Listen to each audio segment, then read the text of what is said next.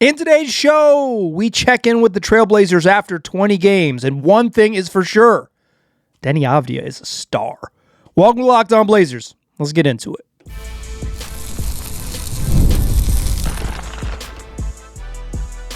You are Locked On Trailblazers, your daily Portland Trailblazers podcast, part of the Locked On Podcast Network.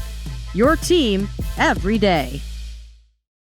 What's up, world? It's your past first point guard and Trailblazers reporter, Mike Richmond. You're listening to another episode of Locked On Blazers, part of the Locked On Podcast Network, available wherever you get podcasts, coming at you each and every weekday, Monday through Friday. So make it a part of your daily routine. Make your first listen.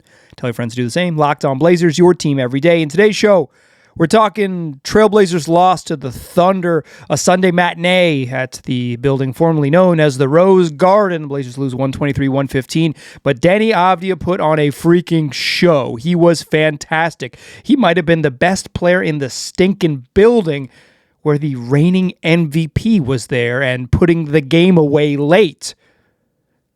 Also, the Blazers crossed the 20-point threshold, so we'll check in with the Blazers after 20 games. Most of the league has played as many right around there, and we will check in at the 20-game mark, sort of where the Blazers stand approaching the quarter mark of the season. One thing is certain, though, Deni Avdija is a star. And he was a star on Sunday. So let's get into our fastest recap in the West. We'll talk Deni Avdija and then kind of more broadly about where the Blazers stand after 20 games as a team, not just with their young star forward. Blazers face the Oklahoma City Thunder. Donovan Clingan did not play, out with an illness. Blazers had 11 players available, and they played every single one of them.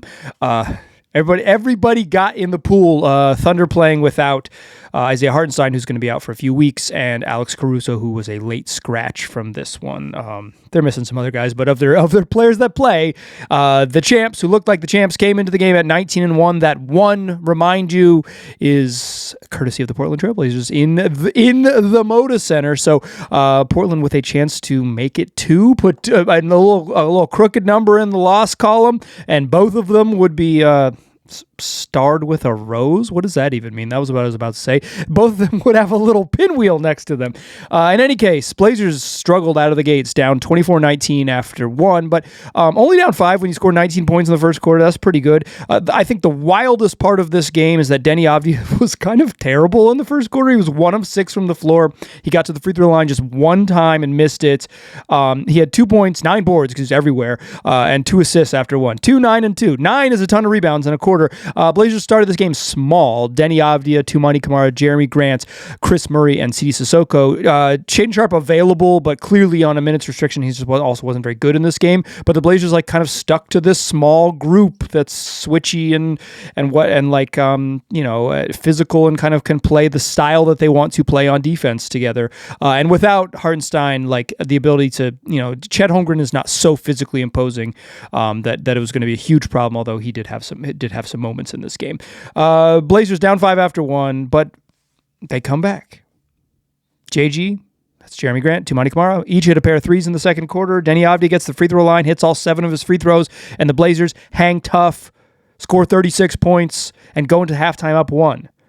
Third quarter, Toumani Camara still raining threes, hits 3 more, hits 5 of his first 7 to begin the game. Him hitting 5 3-pointers is just a game changer for this team, because having reliable shooting, it's just exactly what they need around Deni Avdija, is defenders who can shoot. And when Toumani is making shots, he looks like that. And the Blazers, thanks to those threes and more aggression from Deni Avdija getting back to the free throw line, they're up 2 after 3, 87-85. You head to the fourth quarter. The Thunder are really, really, really good. But if you're if you get into a single possession game, if you can keep it close, you get to, if you earn a single possession game to the final couple minutes, then you get to the sort of coin flip portion of the program, where shot making on any just sort of random 4 possessions is going to decide it. But you got to get there first, and the Blazers lose this game in the first 90 seconds of the fourth quarter.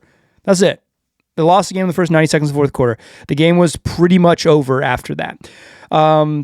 first possession, Thunder don't score in their first possession, but the Blazers' first possession, they come down. Jeremy Grant gets stripped, hit ahead to Aaron Wiggins. He makes a nice kind of reverse layup. He could have passed off and probably got an easier layup, but he made a tough reverse layup at full speed in transition 30 seconds into the period. Okay, tie ball game. Then Shaedon Sharpe drives, gets blocked at the rim, ball kind of skips out to Jeremy Grant. He misses a three, and the Blazers get back and they have a chance to get set, but they never really stop the ball. They give up a pass, a drive to J-Dub. J-Dub draws defenders, and he finds Chet Holmgren at the rim for just a very soft dunk. Just not enough resistance on that defensive possession. And now the Thunder lead by 2.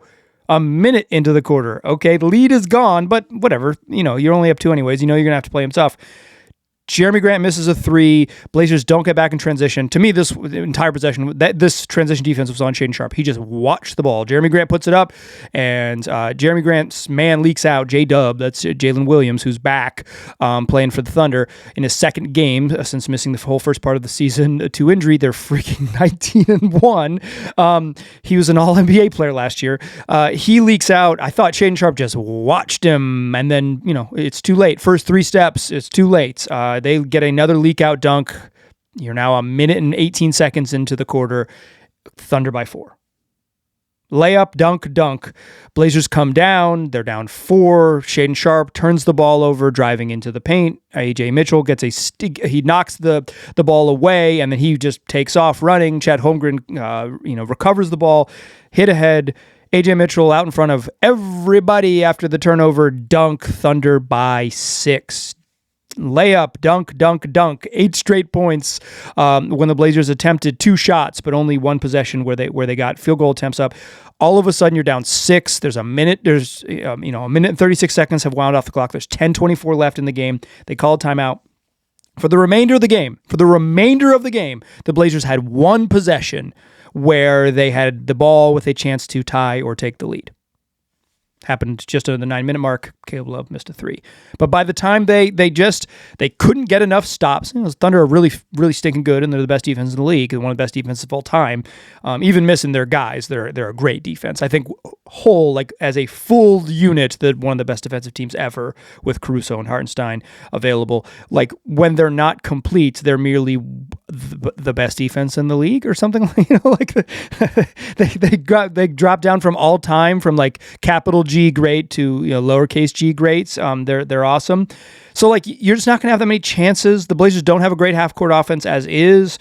Portland had done well to win the possession game through 3 quarters. They were in the positive, and it was neutral in the fourth quarter. When you have for the Blazers, a neutral possession script is probably hard to win because you have to make shots in that to win, right? If you're getting the same number of shooting possessions as the other team, you're just going to have to make shots. Final 7 minutes. Shai Gilgeous-Alexander gets in and closes the door, hits all 4. He missed a 3, but made all 4 of his 2-point attempts, including a jumper from the left wing, a little midi with 30 seconds left to put the Thunder up 9, and he was talking smack to Tumani Kamara. He was letting him know. He was yelling at the bench. He was telling the bench, this dude's too small. When he hit that last shot, he said, get this dude out of here. He was pointing, get him out of here. Truly talking smack. The MVP looking like it's in the final few seconds, and the Blazers lose after playing the foul game, 123-115. That's your fastest recap in the West. All of this overshadows what was a freaking monster night from Deni Avdija. 31 points, 19 boards, 10 assists, and with all of that, he had 1 turnover in 37 minutes. Oh boy. Lived at the free throw line, 19 of 23 at the stripe. Just physical, downhill. The Thunder foul a lot, right? That's kind of their strategy. Is they're really, really physical. They kind of say they're okay with being a high foul team because they're also one of the best turnover forcing teams in the league.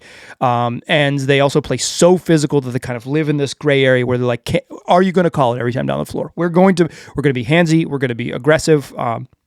And Avdija he plays physical, and dude was a beast and got to the free throw line 23 times. Somewhat a funny game, right, in which Shai Gilgeous-Alexander only got to the free throw line for 12 attempts. Deni Avdija nearly doubled him up. They're not similar, but foul drawing is a skill. Deni has the skill of it. He's really good at putting that ball down low, James Harden style, and being so strong and so fast that you can't keep him from that low pickup, from like that ankle high dribble, puts two hands on it and just swings through your arms as he's going into shots, like, and he can make those shots too through contact. So like, dude's a beast. And he was great in this game. That type of triple double. In fact, he almost had 30 and 20. But there was a late rebound that kind of bounced to the corner, and he couldn't corral it. That would have been his 20th board. It would have been this beautiful symmetry to end the game. People love 30 20 10. Like, that's just like you're putting that in your basketball reference search, your stat head search in the future. And Deni was like, I don't know, an inch and a half away from grabbing his 20th rebound, maybe less, maybe a couple millimeters away from grabbing his 20th rebounds. I couldn't see from my seat, and I have not rewatched that particular play. In any case, what we've learned about the Blazers thus far, that's why I want to get into today's show. The Blazers are 8-12. They're the 20-game mark. Typically, you say like at about 20 games, what you're seeing is real. Obviously, what the Blazers are comes with some obvious caveats. We'll get to that. But I think one thing is for certain: Deni Avdija is a star. Let's talk about that. The dude has taken a star turn. We are seeing it happen this season. Let's talk about that in the second segment. Join me there, won't you? First, though, let's talk PrizePicks. The holiday season is one of the best times for sports. You got bowl games in college football. You got big basketball matchups in the college ranks. You've got the NBA heating up. You got playoff pushes in the professional ranks of football. It's all happening at once. And if you're out there making choices every day, one of the most fun places to make choices correctly is on PrizePicks. It's the easiest way to get in on daily fantasy. Just pick more or less on 2-player projections. Lock in your lineup and you're in the game. It's simple, fast, and available all over this country, including in the great state of Oregon. PrizePicks can add another layer to your holiday sports watching. You can create a lineup in less than 60 seconds. The app makes it real easy and real smooth. Plus, they got new stacks features that let you choose the same player up to 3 times in one lineup. So more on Deni Avdija's points, more on Deni Avdija's assists, more on Deni Avdija's rebounds, and you're in the game. Download the PrizePicks app today and use the code LOCKEDONNBA for $50 in lineups. After you play your first $5 lineup, you don't even have to win. That's code LOCKEDONNBA to get $50 in lineups after you play your first $5 lineup. PrizePicks, it's good to be right. Today's show also brought to you by DUER. They're making the most comfortable jeans. It's what they do. I'm rocking the performance denim. You see me out in the world in my relaxed taper from DUER. They got 5 times the stretch of traditional denim. They combine the classic jeanswear style with the kind of comfort and performance you get from athletic wear. It's the best of both worlds. DUER are the pioneers of blending technical innovation with everyday clothing. They invented the original performance denim. Simply put, DUER makes the world's most comfortable pants without having to sacrifice style. Trust me, once you try these, they'll be your go-to. And you can check out DUER right here at their store in Portland. It's 820 Northwest 23rd Avenue. Pick up a pair for yourself or grab an amazing holiday gift for someone you love. Mention my promo code in store, LOCKEDONPortland, to get 15% off your first order when you go visit their brick and mortar location. Or you can always check them out online at shopduer.com/LockedOnPortland for 15% off. That's shopduer.com/LockedOnPortland.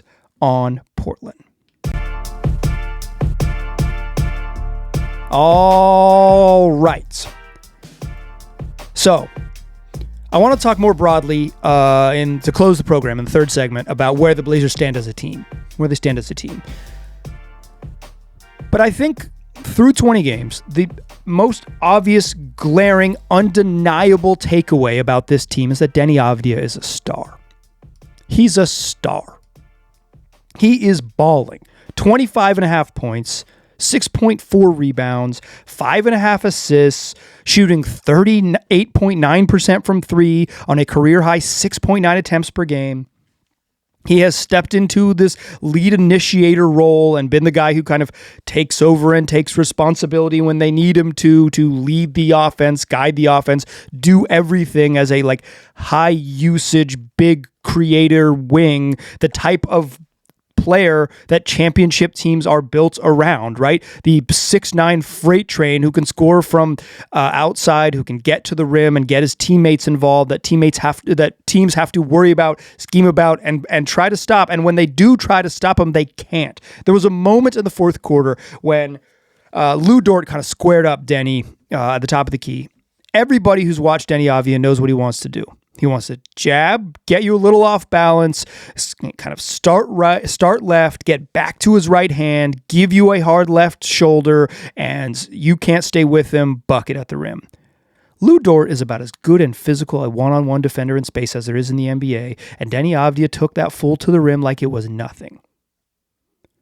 The Thunder are one of the best defensive teams in the league. One of the best defensive teams of my adult life. They're fantastic. Lou Dort is one of the best individual defenders on one of the best teams, and Deni Avdija, with the full knowledge of what homie wants to do, said, I'm still going to do it. The mark of a star. But it isn't just one of these games. It's what he's just been all year long. You know, at the end of last season, Deni was really stinking good. He was really stinking good. Approaching these numbers, not scoring as much, but approaching these numbers for the last 30 games of the year, 35 games of the year. Really ticked up after the All-Star break in the final 23. But that part of the year is weird because teams that are bad get worse, and some teams kind of pick their spots where they rest guys and don't. And the Blazers were a below 500 team. They struggled against really good teams. It was clear that Deni was good, but it wasn't clear how much of this was real deal Holyfield. And quite frankly, Deni has played at a level this season that I did not think he would get to. Not that I thought he was incapable of it. I just didn't think we would see it this year. I didn't think we would see it this consistently. I didn't, it's it was more that I believed that this was a possibility, but I did not think it was a likelihood. You can go back and listen to my season preview of Deni. I was talking about him as a realistic shot to make an All-Star team way back in the fall, in September. I've been a believer in the talent, but even this outstrips my belief. This at this point, if Deni Avdija doesn't make the All-Star game, I'll be surprised. It went from early this season where I was like, yeah, he's all-star level good, but who knows? I think based on the way he has played, and based on sort of my listening to larger national basketball podcasts, he's getting the sort of national respect that you need to get sort of momentum towards the All-Star game. Deni Avdija has not only played at an All-Star level. If he doesn't make the All-Star team, I'll be straight up surprised. It would be a pretty surprising turn of events. He's been that good. 25, 6, and 5 on the efficiency that he's had. He's had the most efficient year of his career with this massive jump in usage. And while he's still a high turnover guy, he still turns the ball over a lot, his turnover percentage has actually dropped year over year. He's in terms of relative to how many possessions he's actually using, how often he actually has the ball, he's turning the ball over less. He's been more efficient across the board with a massive jump in responsibility, a massive jump in volume. He's just really, really, really good. And he's really good to a point that it is not here's the thing about players in the NBA and the way we talk about them. And to some extent, I'm guilty of this, although I try to avoid it. Whenever a player jumps up a tier or an echelon, he just gets compared to whatever's above him. So Deni is a star, right? But then the next question is could he be the best player on a team that wins a championship? I don't know. Probably not, right? Those are the best 5 players in the league. But could he be a very good player on a very good team? Absolutely. And so instead of dialing this lens super bizarrely weird, where it's could Luka Doncic be the best player on a team that wins a championship? It's yeah, probably. He hasn't done it yet, probably, but dude's had a Hall of Fame career, right? When we dial, we get too granular with the way we talk about guys. We sort of miss the forest for the trees. Deni Avdija is good enough that the Blazers should build around his strengths. They should prioritize how good Deni is in everything they do. He is not a complementary part. He's the part. Obviously, to win a title, you would need another player of Deni's caliber, at least, to roll forward and be truly competitive, because it's incredibly hard to play that well for that long. The NBA playoffs are 10 weeks long. You just need really good players. And you need a bunch of them. Look at the freaking Thunder. But heading into this season, in my season preview of Deni, I said something to the effect of, I hope the Blazers use this year to put as much on Deni's plate as they possibly can to see what he can handle. And perhaps it'll overwhelm him, but let's just see what absolutely as much on his plate as he can possibly, push the limits of what you're asking Deni to do. And by necessity, due to the nature of sort of the roster construction and some specific injuries, Deni has basically been pushed to do as much as anyone in the NBA on offense. And he's done it while maintaining higher efficiency than he has at any point in his career, and guiding a team that is plucky in the West despite some injuries, as the sort of every night top of the scouting report lead dude. He's a star. He is a star. When you start talking about levels of stars and how bright this star is and that star and blah, blah, blah, you kind of you're missing the point. The point is that Deni is one of the best players in the NBA, and it is incredibly clear that the last 20 games of last season were not the silly season. They were a clear breakout. And if you need any proof, it's the beginning of this season when Deni has been better than that with more responsibility and upped his efficiency along the way. Dude is a star. The Blazers need to maximize what he can be. To win at a high level, they need another Deni of some flavor. This is the guy they've been, the rebuild has been searching for someone you can say, this is the thing we build with. And Deni Avdija is the thing you build with. He's that good. And through 20 games, it is abundantly clear he is that good. Let's talk bigger picture stuff, or at least broader picture stuff. Honestly, in the biggest, before I transition to the third segment, in the biggest picture, finding a player of Deni Avdija's caliber who can play at this level for the length of time he has against the level with the level of responsibility, level of defensive attention he is getting, that's like the hardest stinking thing to do. That's the hardest thing to do. I guess the hardest thing to do is find a second player that good. But in the biggest picture, the Blazers have solved one of their major questions. They have a lot of other questions to answer, but the hardest one is, who's that guy? I think that guy is Deni. I think that's that guy.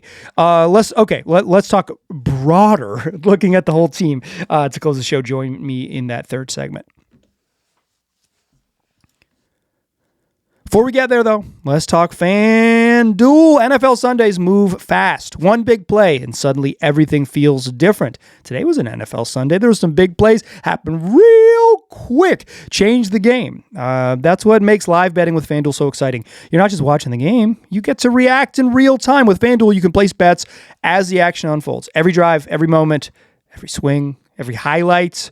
It's all there for you. Live betting is a way that you can get in on the action once the game starts to shift, or if you just missed the start of it, or if you're watching and a receiver gets hot, or a defense starts to tighten things up, or the momentum flips and you can tell what's about to happen. FanDuel lets you jump into the moment.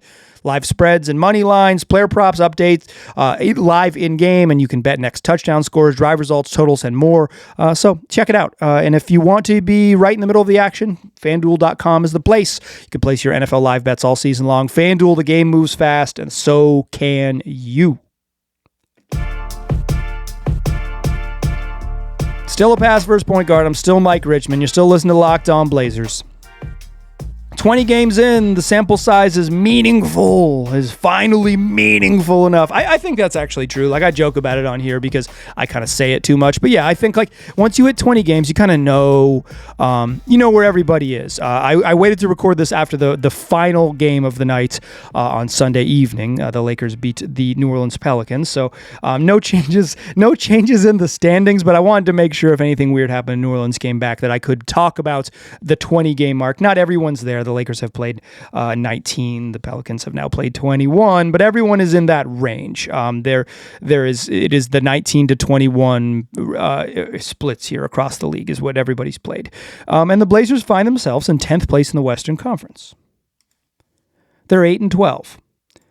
According to NBA.com, their offensive rating is 19th, slightly below average. Their defensive rating is kind of a stunning 22nd.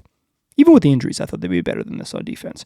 They're 19th overall in net rating. That's your points scored versus points allowed per 100 possessions. -2.5. Yeah, like they have the differential of a team that is about as good as they are. They're not faking the funk. Dunksandthrees.com does an adjusted offensive defense based on your strength of schedule, the teams you've played, who they've had available, whether those games are on the road or at home, et cetera, et cetera.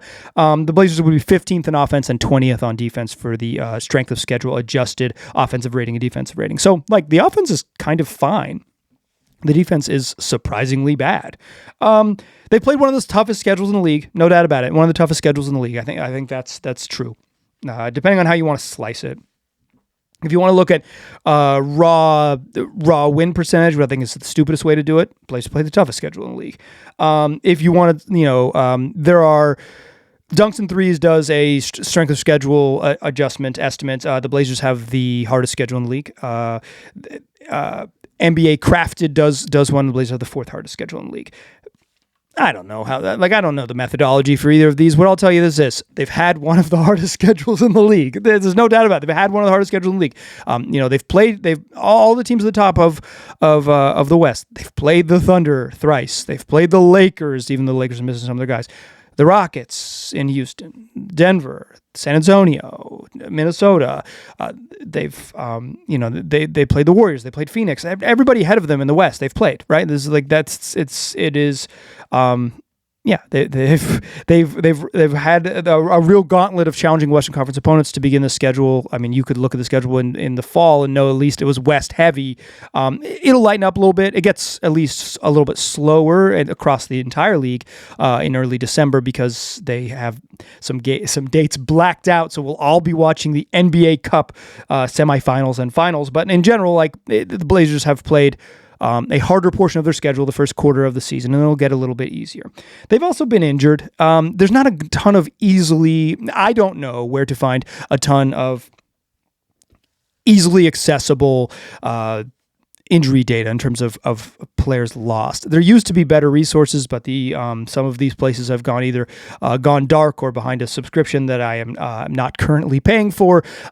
Spot Track has the Blazers as the 10th most games lost this season. I don't know the methodology. Do they count Damian Lillard? If he does, that's weird. They knew he was going to be out for the whole season. I'm not sure I would count it that way, but it is what it is. They have indeed missed him the whole year. In any case, they've been hurt. I do think in some ways the injury's a little bit overstated. It's like if you're upended by losses to Matisse Thybulle and Blake Wesley, your team wasn't very good to begin with. But if you couple that in with Scoot Henderson and now Drew Holiday, it's just like they were already light on point guards. All three of the players on their team that could conceivably be point guards with Drew, Scoot, and Blake are now hurt. Matisse Thybulle was a big part of how sort of fun they were on defense at the very beginning of the season. He has not been there. The defense has cratered. I have a hard time saying, well, if Tease and Blake Wesley were healthy, the Blazers would be a top 10 defense. That just seems bonkers to me. But certainly I'm not denying that. I'm denying the level of impact, not the just obvious impact, right? They're playing worse players. CJ Sissoko's been a fun addition to this team, and I think in some ways he's getting some really good, useful developmental minutes, and Blazers are getting to see him up close. But he has his own challenges. Caleb Love has his own challenges. You're playing more guys who aren't very good, and it is. And you're forced into every night. You need 18 plus minutes of Chris Murray, no matter what. On a healthy roster where Chris might be right on the edge and straight up not playing some nights. So I think, I think injuries are part of it. I think the schedule is part of it, and I also think it goes back to Deni a little bit here.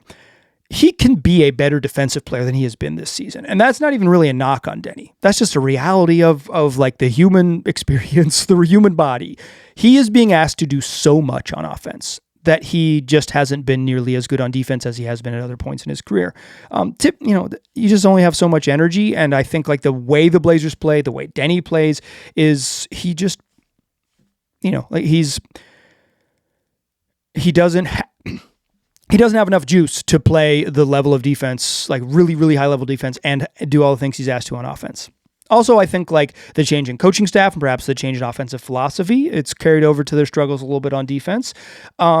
maybe they'll get back there and they'll end up as a top 15-ish defense, and it'll be fine. But I'm surprised with where they are right now. But like, why I say it goes back to Deni is like, I think the best version of Deni Avdija probably doesn't have as good accounting stats as the current Deni Avdija does. Like, the efficiency might be there if he's a 38%, 39% three-point shooter on 7 attempts a game. That probably will be around. But like, in terms of just the usage rate, the points, like Deni scoring 21 a game and not 25 because other guys can create for themselves and get shots off. Deni averaging slightly more assists, say he averages 20 a game, but he averages 7.5 assists because he has better shooters around him. Just like everything being a little bit easier for him. Him doing, like, the key for the Blazers is not for like, to like press the physical limits of Deni Avdija. It's to figure out how to maximize his skills, ask him to do less, ask him to, for his, find the way for his skills as a driver and good passer on those drives, to like maximize other players, take some off his plate so he can give back a little bit on the other end. He's not the sole reason their defense stinks. I'm not obviously saying that, but it's a cumulative effect. Not enough offensive creators mean Deni has to do too much, because Deni has to do too much on offense and guys are struggling. You're not getting the he's a very good defender when he has the juice to do it. Like, you're not getting the best version of Deni on defense.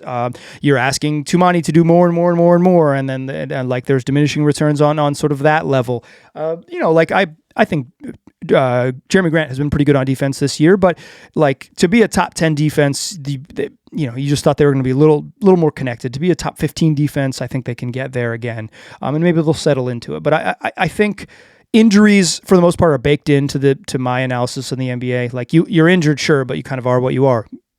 Like every team is going to go through it at certain times of the season.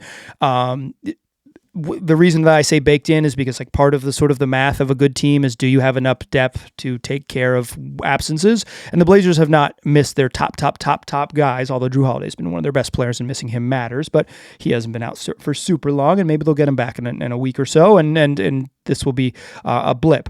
But where they are is like the Blazers are 10th. They're ahead of New Orleans in 15th, Sacramento in 14th, Dallas in 12th, and Utah in 11th. I don't really see a world where those four teams get back ahead of the Blazers. I think the Mavericks are much more likely to pull the plug than they are to get going. The only team that's like down there that is like actually good is the Clippers, and they are a mess. They've lost 4 in a row. They're 5-15. Like, they might just stink. So while the Blazers, are still searching for it and injured and had a tough schedule. Like I mentioned this when they were scuffling and had lost 4 in a row. Like they're in, if you thought this was a play-in team, guess what? This is a play-in team. If you had dreams of them being a lot better, the West is really good and they're not that far out of it. I guess like they're only 3 games ahead of the Clippers at the start of December. So it's not like they're going to run away and hide necessarily. They have not run away and hid necessarily yet, but, I just think that bottom of the West isn't very good, and there's teams that don't care about being good, and then there's Clippers who just maybe incapable of being good. Like the season is just like it's getting dark for them, and so we'll see. Like they're talented enough to make a run. They're certainly talented enough to make up 3 games over the course of 65 or whatever it is, 62 remaining. Certainly can make that happen. But like this is a play-in team. This is a play-in team with a star. Play-in team with a star. If you're building for the future, is a very good place to be. So through 20 games, while it hasn't always been pretty and hasn't always been super fun, and there's a Blazer obviously still flawed, play-in team with a star. That's your 20-game check-in. Come back for tomorrow's show. Come back for more shows the rest of the week. 5 days a week, wherever you get podcasts, also on YouTube. I appreciate you listening. I'll talk to you soon.